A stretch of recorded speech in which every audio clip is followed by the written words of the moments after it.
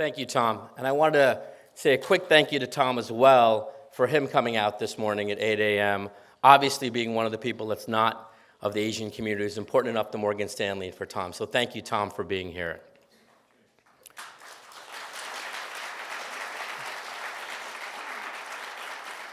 I also think a lot of this says, we're very privileged in this room for the passion of John and his team. I think I was an awardee in 2011, and John has found a way with his charisma and his passion for the Asian community to help us kind of throw the lasso out and bring people here. And the speakers that you're seeing today are a reflection of John's passion and roping us in. And I thought immediately, how do we get people involved? And I went to people like Mahmood Khan and said, let's take this further. And we've been able to do that. And it's great. And one of the things when I got involved is the Asian community, there wasn't a lot of the Indian community that was involved because we weren't always considered part of the demographic. So I think from my perspective, this is fantastic. And so I want to introduce the next panel. And when we talk about the next panel, there's plenty on the bios of Indra and Mahmood.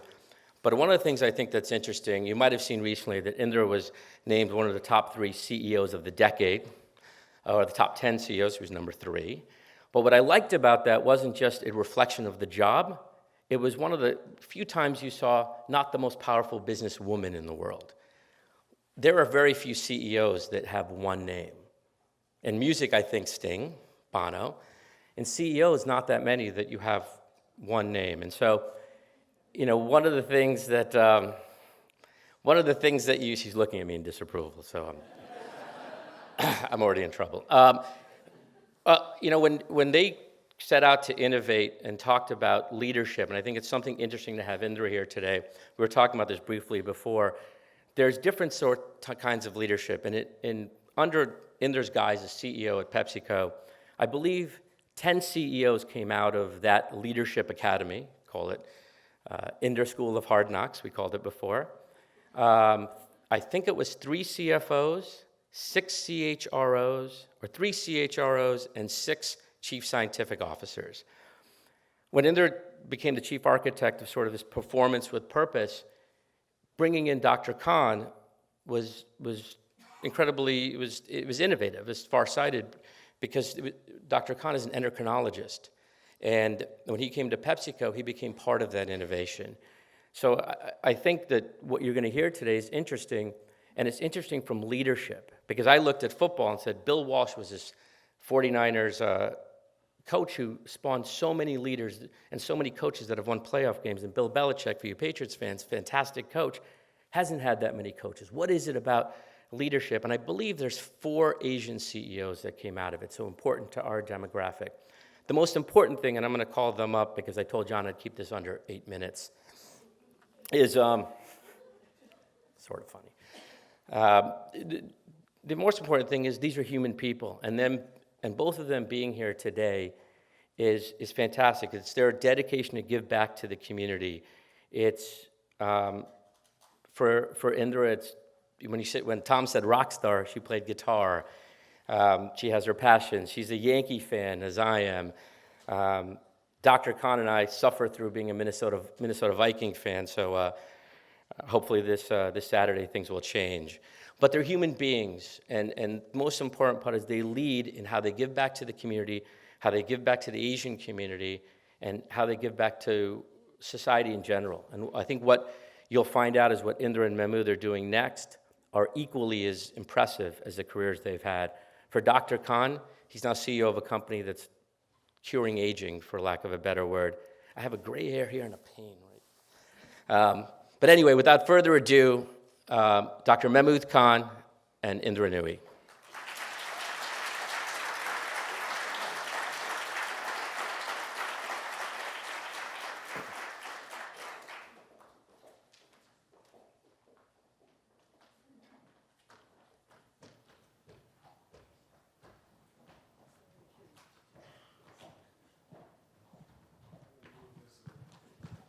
I'm going to move this so we can see people.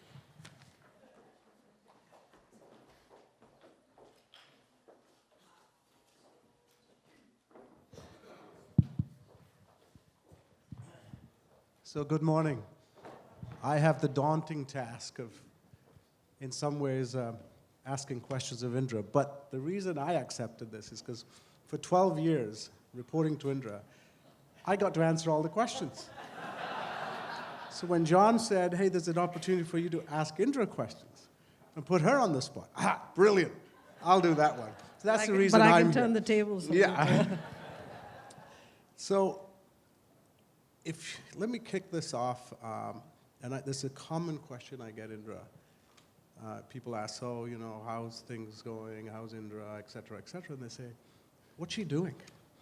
And I almost want to say, well, what is she not doing? But that's a freaking question. How has retirement been for you? Wonderful. No, I mean it sort of in a positive way, in the sense that when I was at PepsiCo for 25 years and 12 as CEO, you were a prisoner of the quarterly earnings because you had to deliver those quarterly earnings, and everything else you did was around the quarterly earnings. So we were driven by the calendar of the quarterly earnings. Now that I'm retired, I can put whatever pressure I want on myself, but I'm not a prisoner of the quarterly earnings. So I pick and choose what I want to do. The unfortunate thing is I'm overcommitted because I just didn't know how to say no.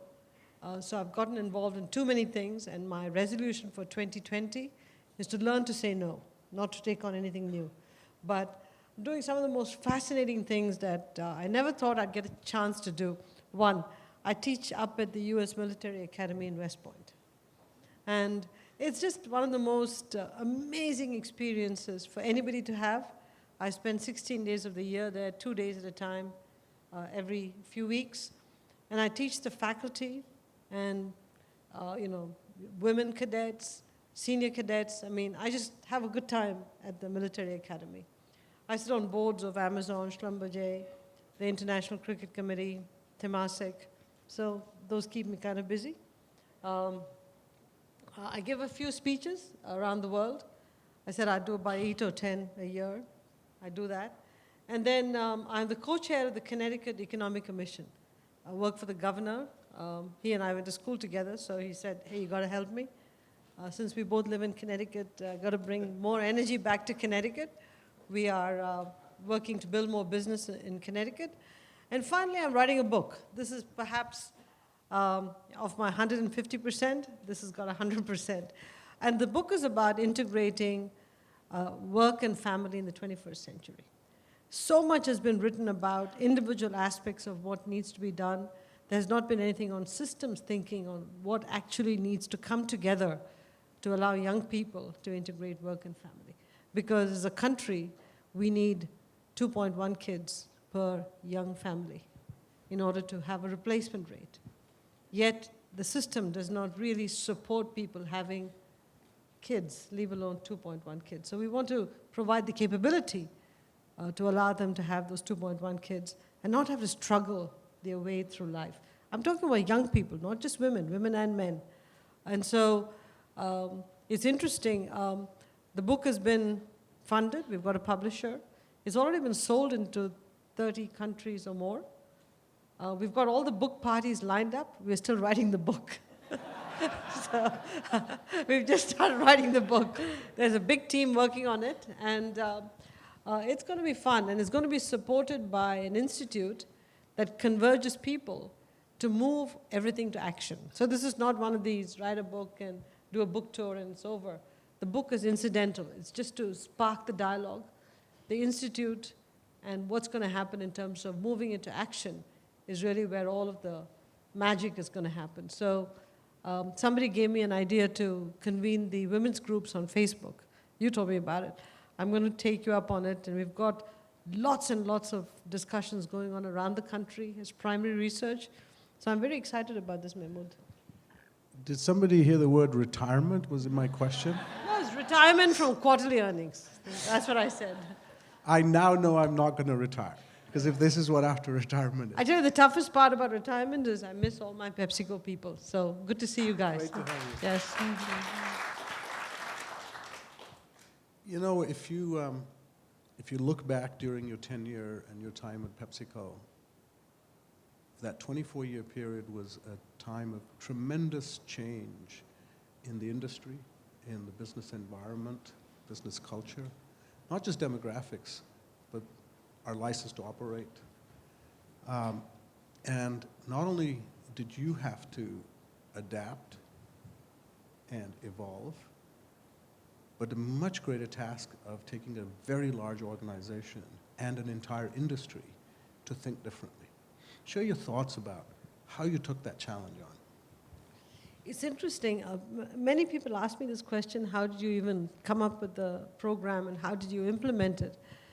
The funny part is when we talked about performance with purpose, and the first part being, yeah, we're going to deliver performance, but we have to transform the portfolio because consumer tastes were shifting. We had to reduce the salt, sugar, and fat and dial up the good-for-you, nutritious stuff.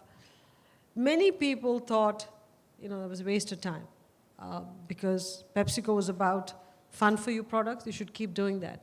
But herein lies the challenge. The reason that it was a challenge, but not as big a challenge as I thought it would be, is because many of our people had already changed their eating and drinking habits. So on the one hand, they were worried about what it meant for the financial results if we had to invest in change. On the other hand, deep down inside, they were getting a lot of grief from their friends. They themselves had changed their eating and drinking habits. And more importantly, they had changed the pattern of eating and drinking they were allowing for their kids. I still remember going to Egypt on a market tour, my first, I think 2 or 3 years at PepsiCo. And at dinner that night, I'd invited all the spouses of the executives. And in Egypt at that time, we didn't have any females.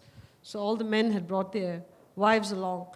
And I said at dinner, after dinner, only questions from wives are allowed. None of the men are allowed to ask any questions. So silence, absolute silence. I said, we'll have silence for 15 minutes, I don't care. But until the women ask the questions, I'm not leaving this place. So one woman put her hand up and she said, my husband is probably not going to talk to me after I ask you this question, but let me ask you this anyway. This is Egypt, I want you to know. She said, my husband's worked in PepsiCo for many years. Pepsi, Lay's, all the products come into the house. We love it. I now have a 2-year-old kid. I don't allow those products in the house. What do you have to say about it? Think about this. When the moral code of your life and the moral code of your livelihood don't come together, there's a problem. And that's what was happening. Why performance with purpose was something people felt deep down inside, but struggled to articulate, is because they realized the articulation required investment and required change, but feeling it deep down inside meant that change had to happen. And so I think, Memo, the reason we were both able to make the change, we did have the usual critics, but the reason we were able to make the change is everybody felt the need for change deep down inside. So, it caught on, and I hope it continues that way. But at the time, we were ahead of the pack. But if you really want to have a good company, you have to be ahead of the pack. There's no point doing it after the horses left the barn. So that's the reason I think we were able to do what we needed to do. And I think the best endorsement of that is so many followed, right? So much of the industry. Now it's considered, last night I was at an event in Greenwich for a book party, and there was an investor analyst from, may have been JP Morgan or Morgan Stanley, I don't know, Kathleen Stack. She was one of the very tough investors. And there was a fund manager, I think his name was Tom Luddy, in that group. Any of you know him? I still remember in 2010, sitting in the room upstairs, and I was reminding Kathleen Stack about it. For an hour, he yelled at me about, who the hell are you to transform the portfolio? Why should you focus on environmental issues? Get back to making sugary soft drinks and doing things the way you used to do it.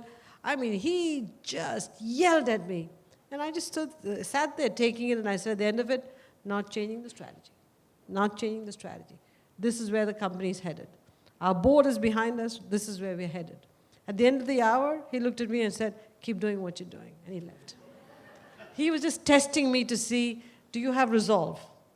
Are you going to do it? And Kathleen and I were reflecting on that yesterday. So those were tough days, Memo, really tough times. So I'm going to tell a couple of Indra's stories during this discussion. Indra's a phenomenal salesperson. And she's a great scientist. I'll come to the science in a minute. So I'm meeting with Indra several times in the process of being evaluated in interviews to whether I'm going to join the company or not, and whether Indra wants to hire me or not. And after lots of different conversations, I'm sitting on the fence going, do I really want to do this? What's an endocrinologist going to do? And she goes, and you know, when you get to be a boomer later in your career, you don't get stumped too often. But with Indra, you get stumped frequently. And so she goes, Mahmood, of all the drugs you've developed in your career, how many have you taken? Remember that? And I looked at her, I go, whoa. And she goes, well, you can come here and you can take everything you develop. Okay, that was the signing point. All right, I'm on the team. The best hire I made in PepsiCo was hiring Mahmood Khan to head up R&D. We would not be the company we are today without Mahmood as head of R&D. Phenomenal, phenomenal. Well,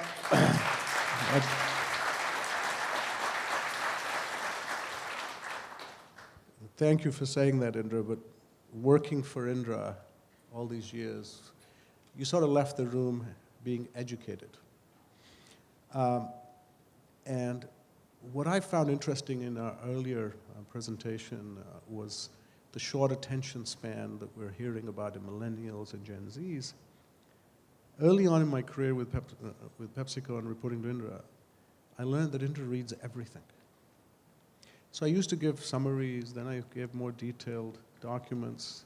And since a lot of it was also based on science, then I started giving more science, including formulae of chemical structures. I mean, this thing continued to progress. Indra read it all. So my question to Indra is, how do you balance that need of in-depth study and analysis that I've seen you do for well over a decade directly with the environment we live in today, where I just heard that there's a 10-second attention span? I don't know. I read everything because I had deep respect for everybody who worked for me.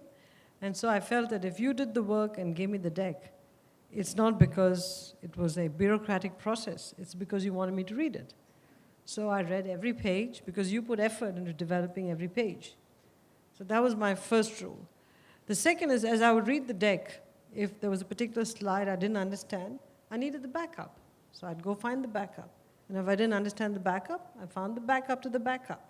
So I did this process of discovery because you keep asking the question why or how several times until you truly understand what needs to be done. Because if you really want to effect change, it's no longer brief the top and train the bottom.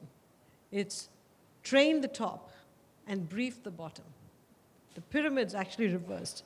Because when it's a normal change management and life's just going on, the top doesn't have to know that much. But if it's a transformation, the top has to drive it. And so from my perspective, if I didn't really know what needed to get done, how are we going to do it? I mean, the example is, who's here from Accenture, who was at Accenture when we first started the ERP transformation? I remember way back in 2001 when we were putting a new ERP system, over $1 billion in CapEx. And when I got the CapEx form to sign, I was the CFO and president at that time. I was signatory number 21. Steve Reinemund, the CEO, was going to be 22. I read the CapEx, I didn't understand a word of it. So I went to signatory 20 and I said, hey, what does this CapEx mean? And this person said, I don't know, but the tax calculations are right. Okay, went to 19. I don't know, but the financial model is right. So I kept going down this chain until I got to something like 6 or 7, very junior level person who understood the CapEx. So let me make sure I understand. I'm going to send a CapEx to my CEO, who will sign if I've signed it, for $1.5 billion. And nobody from levels 5 through, or signatory number 5 to 20, really understood it. Understood pieces of it, but nobody understood it from a systems perspective. So I said, I've got to understand it because if I'm going to sign off on anything, a permission slip for my children to a CapEx, if I'm going to sign off on something, I'm going to know every word of what I signed off. So I went to school. For 6 or 8 weeks, I studied ERP systems and IT like I was crazy. My family thought I was crazy. But you know what? It's out of deep care, respect, and taking your job seriously. That's all it is. You know, I've raised this question, but there's a lot of young people here listening. It's often, there's a myth that, you know, once you get to the C-suite, you get to read the executive summary. And I think you've just heard a perfect articulation of it's quite the opposite. And it's a key to your success and the decisions that you ultimately made, success, right? Yeah. If you look back at your own education, your training, your cultural heritage, if you were to pick one or two things that now you can reflect on and say, these were the driving or motivating factors that allowed you to achieve what you did, what would you look back at? You know, it's interesting, in writing this book, it started off as we want a memoir. I said, I'm not going to write a memoir because my family said they don't want to be part of it. If they don't want to be part of it, there's no memoir. So writing this book about integrating work and family, there's stories that get woven in, because without that, nobody's going to buy the book. And so you reflect back on how you managed to balance everything and how did you get to where you are. And it's taken me all the way back to my childhood, how I was brought up, how I managed life through the many years and where I am today. And I think if you ask me about the one thing that was common across Mehmood, believe it or not, it's the Asian values and the Asian heritage. And more I'm coming to terms with the fact that that has played a much bigger role in my life than anything else in my family, in my life. As a kid, my grandfather would say, Satan has work for idle hands, so you will not sit idle anytime. Okay, that allowed me to read everything and never sit idle. If you're going to do something, do it well. Okay, so I always believed that if I gave a deck to my boss didn't have to rework it. Okay, in fact, I got it to a point where my bosses who were CEOs would say, I don't want to review your work because if you've reviewed it, it's more than perfect. And I'd beg them to review it because it was going to the board, they would not even look at it. That's a good place to be. The other thing, the importance of family. I couldn't have had kids and had a job if I hadn't had my family to support me. The Asian values that we have, where intergenerational support exists, we can't walk away from that. We have to nurture it, we have to advance it. And in my family, the men and women were treated equally. And I know in many Asian families, increasingly that's the case. If that had not happened, I wouldn't have been where I am today. And I married a wonderfully supportive spouse. And we're proud of our Asian heritage, and we are proud of our American citizenry. So it's a good balance between the two. So there isn't one thing, Mehmood, but it's a combination of Asian values combined with living in the United States that has given me the ability to do what I'm doing. You've shared with me in the past the home environment of scarcity that you grew up with. I've heard you speak about how it shaped your thinking, whether it's water, environment. Talk a little bit about how that shaped your thinking. Well, on so many aspects, growing up in the 50s and 60s without much made me a better person, I believe. Because when I grew up, there was no TV, there was no internet. We didn't have many radio stations to speak of. Growing up in India, we didn't own a car, we didn't own a telephone. My father had a scooter, a Vespa. The whole family would go on the Vespa. I have to tell you, I loved those times. Because now, you can't talk to your kids at dinner without them texting you at dinner. I find it absolutely offensive that at the same dinner table, they're texting you a message rather than talking to you across the dinner table, or they're texting somebody else. We didn't have any of those things. We actually talked at dinner. We actually were given challenges at dinner. As I look at our life, of course, we didn't have water in Madras growing up, no water at all. And it was always in a drought situation. And you fast forward to PepsiCo and you go, oh my God, we use 3 liters of water to make a liter of Pepsi in a plant outside of Madras where there's still water shortages. Absolutely unconscionable. And so we started the water reduction program. And then in every other water distressed area around the world, you realize that the same problems exist. So it was always amusing to me at the PepsiCo shareholders meetings when the water activists would show up and say, PepsiCo needs to reduce water usage. I'd look at them and say, you're talking to me?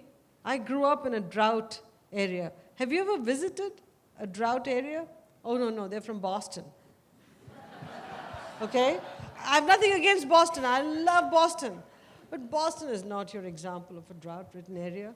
I feel the drought in every pore of my body because Madras still doesn't have water, and I was there over the holidays.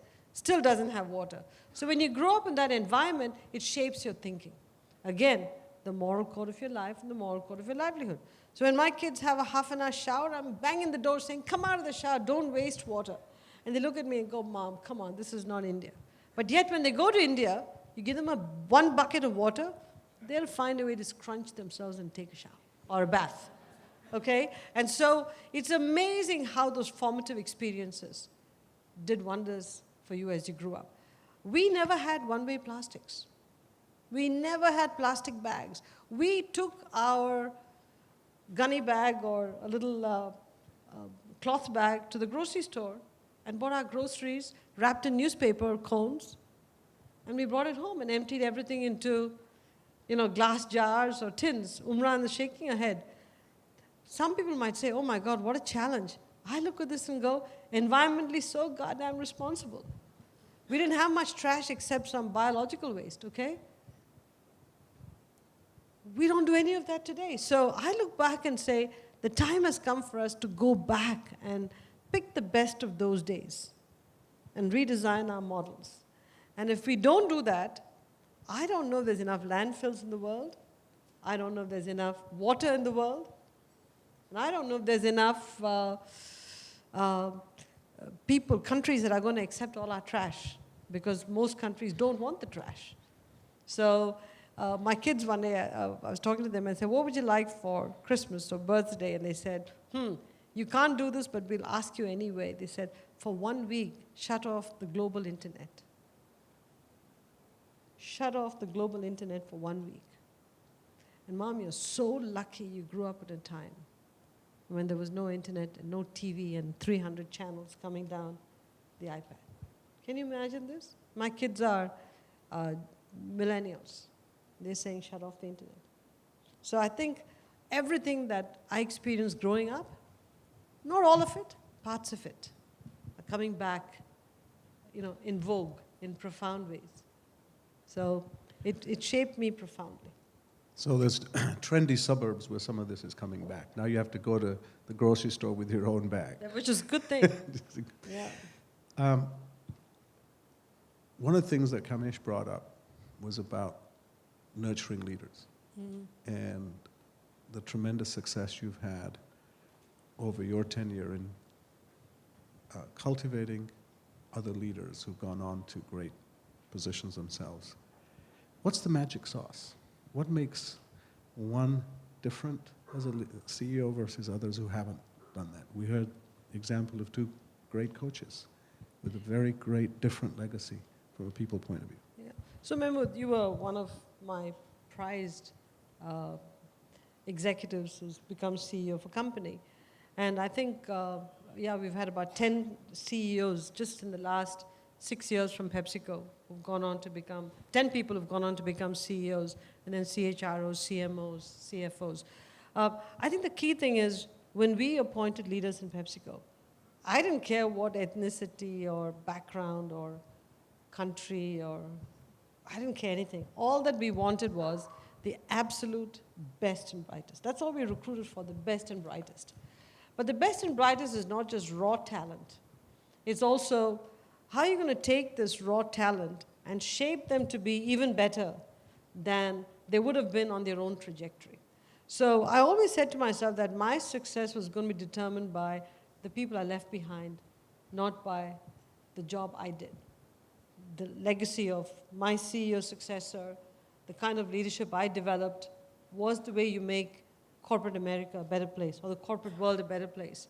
So I would spend hours and hours and hours reading what you sent me, writing notes on every page, and I wasn't doing that to show. I can verify that. And I wasn't doing that to show that I read it or anything of the sort. I felt that that deck could have been better. Okay? Or you could have said in 10 slides what you took 50 slides to say. Or, as I would say to the team, I'd get a deck, I'd read it and send a note back saying, a trained monkey could have written a better deck. Okay? And I didn't mean it in a negative way. She was referring to me then. No, I did not mean it in a negative way. All that I was saying was, this is not a deck that's worthy of giving to a CEO.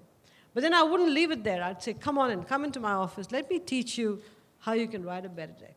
To me, the ironic thing was, I think way back when I was president, I flew to Moscow on a Friday night. I worked with the Russia team Saturday and Sunday to write a capex for an acquisition they wanted to make. I flew back to the US Sunday night, and as I was leaving, I told the team, do you realize how stupid this whole scenario is? I gave up my weekend, flew to Moscow, worked with you all weekend, we didn't even sleep. I flew back, and on Wednesday, you're coming to the US to present the capex to me to approve it. They looked at me and said, yeah, but you came to us as the coach and mentor. You didn't come to us as the president of the company. So we wanted to look good in front of the president and CFO. You see that? And so there was always this role about, I might be the CEO, but let me take off that CEO hat for a second because I need to coach you and train you to do something better than what you've done right now. Because I think you have the potential to learn. If I thought somebody didn't have the potential to learn Mehmood, they're gone.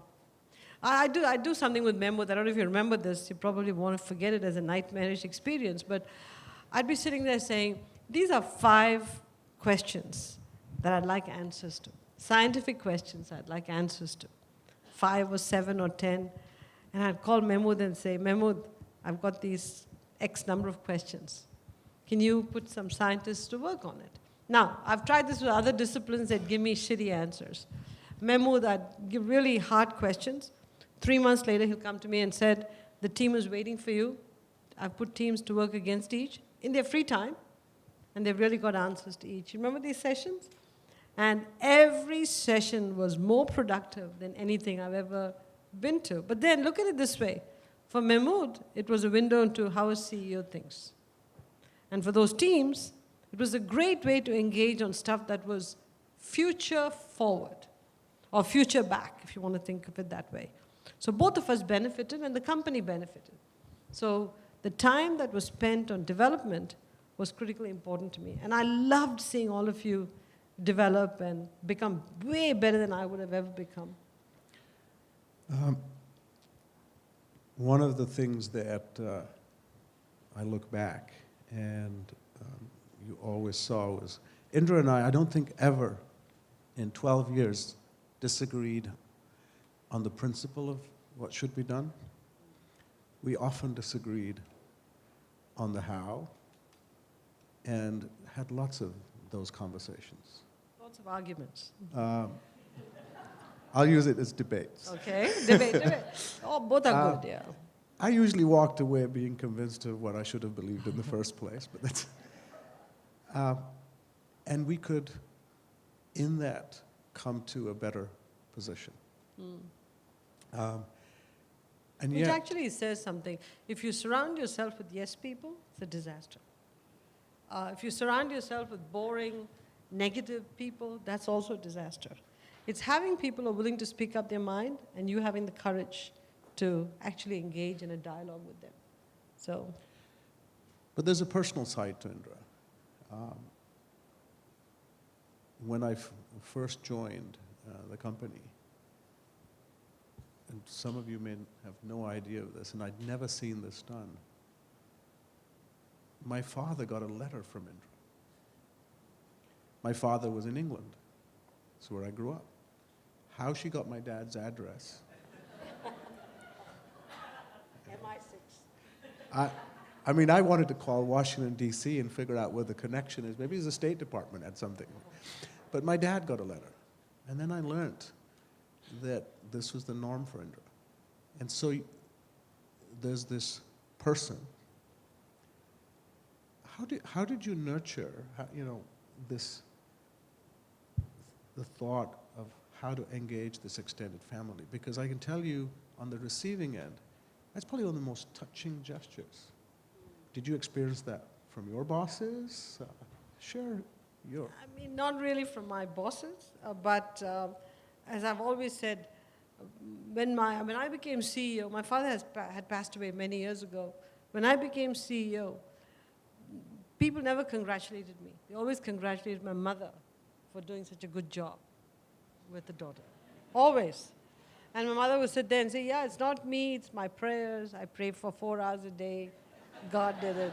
So this was a standard conversation.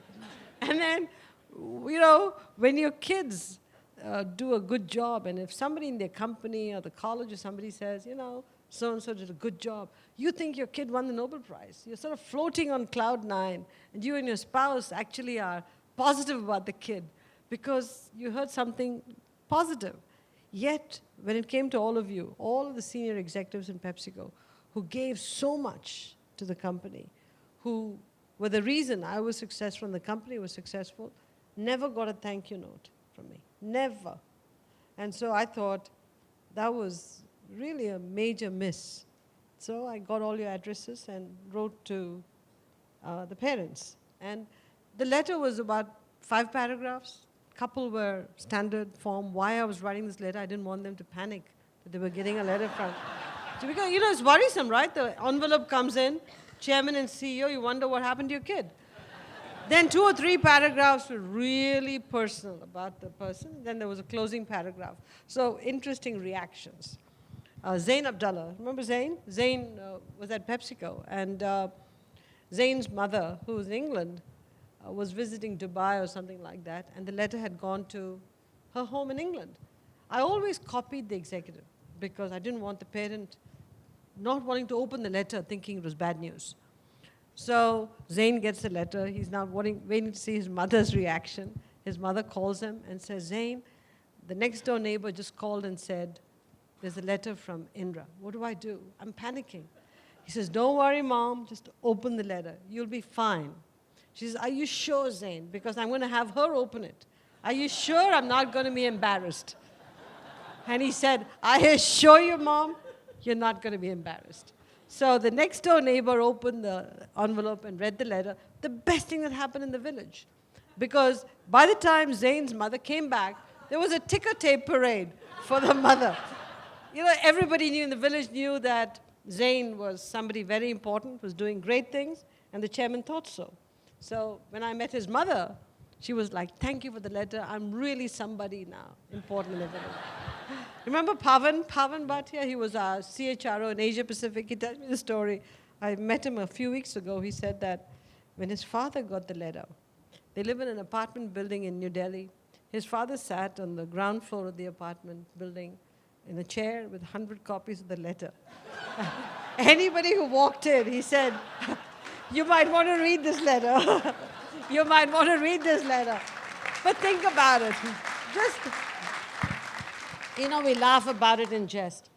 It's not the fact that he gave out the letter.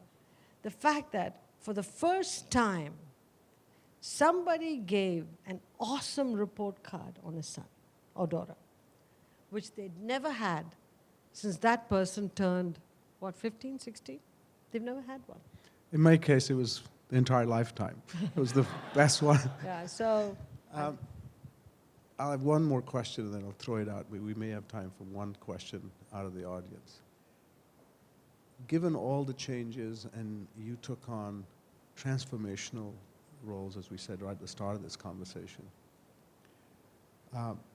internal alignment, you did very well. On one-on-one basis, you're obviously very convincing, and yet you and I read the public comments and opinions on where you were taking PepsiCo. And analysts and reporters being at times Monday morning quarterbacks, when everything had gone very well, look back, and this was the best thing ever done. But during the process, there was also sometimes less than flattering comments about work. One thing that stands out for me is the Business Week had a cover page article with a picture of Indra and myself, and it says, "Pepsi brings in the health police." It was not a very nice article. How did you handle this public commentary and yet stuck with it? Because that's the only playbook I had. Because, you know, from my perspective, I was more interested in the future of the company and doing the right thing as opposed to doing what was expedient during my tenure as a CEO. So I wanted to run the company for the duration of the company, not my duration. So I told the board, this is the only playbook, that's the right playbook, and this is the only way we should run the company. And the board said, we have your back, go for it. So from my perspective, if you wanted me to change strategy and go back to the way we were doing things, you needed a new CEO, which I was okay with. Goes back to the question you asked about growing up in scarcity. When you grow up with not much money, and when my husband and I got married, if we saved $10 at the end of the month, we thought we were rich. When you grow up with those values, if you lose your job, we know how to go back to those values. Who cares? And so, from my perspective, this was the only way I was going to run the company. The board had my back. And all the criticism can come and go. I knew that at some point in the future, history would write that we did the right thing, because I'd go back to the moral code of your life and the moral code of your livelihood.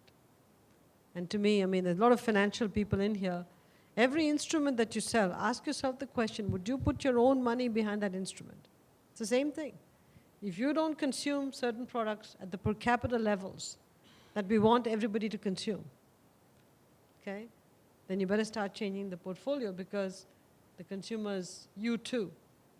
So that was the acid test, and I never deviated from that memo. You and I never deviated from that. We had many conversations on this. So before I bring this to closure, we have time for one question from the audience. So I'm going off script. Anybody got a burning question? You got one back there. Just one quick question. What's your future plans? Will you be taking over Amazon's CEO? Oh, God, no. Anybody who knows Jeff Bezos will tell you he's probably one of the most brilliant people that walk the face of the earth. And anybody who's been a CEO should never go back to being a public company CEO. I'm enjoying life. Absolutely enjoying life. Thank you. Look, it's been tremendous. Thank you for accepting our invitation to come. Thank you for sharing. And most importantly, thank you for inspiring not only one, but several generations to come of not just Asian, but any ethnic group who aspires to actually push themselves beyond anything that they might have thought possible. You've been an amazing inspiration for me. And the personal story of this is Indra's an inspiration for my family, my kids. And there's only one thing I beat Indra at. I have grandkids. I have 4 grandchildren. So I can say I'm a grandparent, and she is the one who blesses I have my your grandchildren. kids, so grandkids. Yep. Thank you. Thank you. Thank you. Thank you, Memo. Thank you all.